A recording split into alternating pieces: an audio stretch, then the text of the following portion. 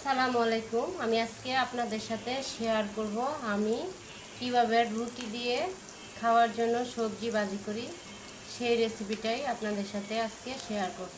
প্রথমে আমি কাঁচামরিচ আর পেঁয়াজ দিয়ে দিলাম কিছু। এখন দিব হালকা লবণ,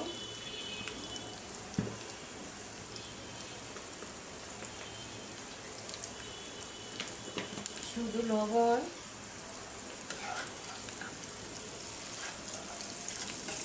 আমার পেঁয়াজগুলো নরম হয়ে গেছে, এখন সবজি দিয়ে দিব।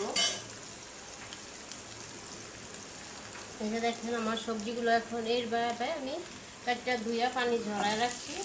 এখন এটা তেলের মধ্যে কিছুক্ষণ ভাজবো।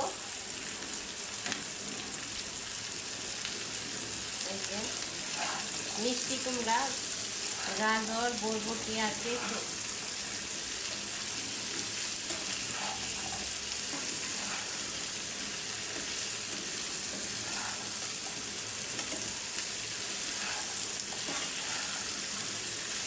এর মধ্যে আর কিছুই দিব না, শুধু পেঁয়াজ, কাঁচামরিচ আর লবণ, তেল।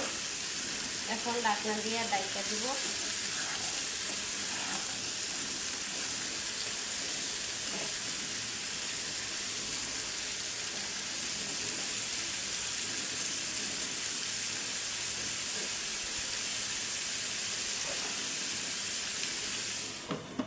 যে একটু ভাজা ভাজা হলে আমি পানি দিই।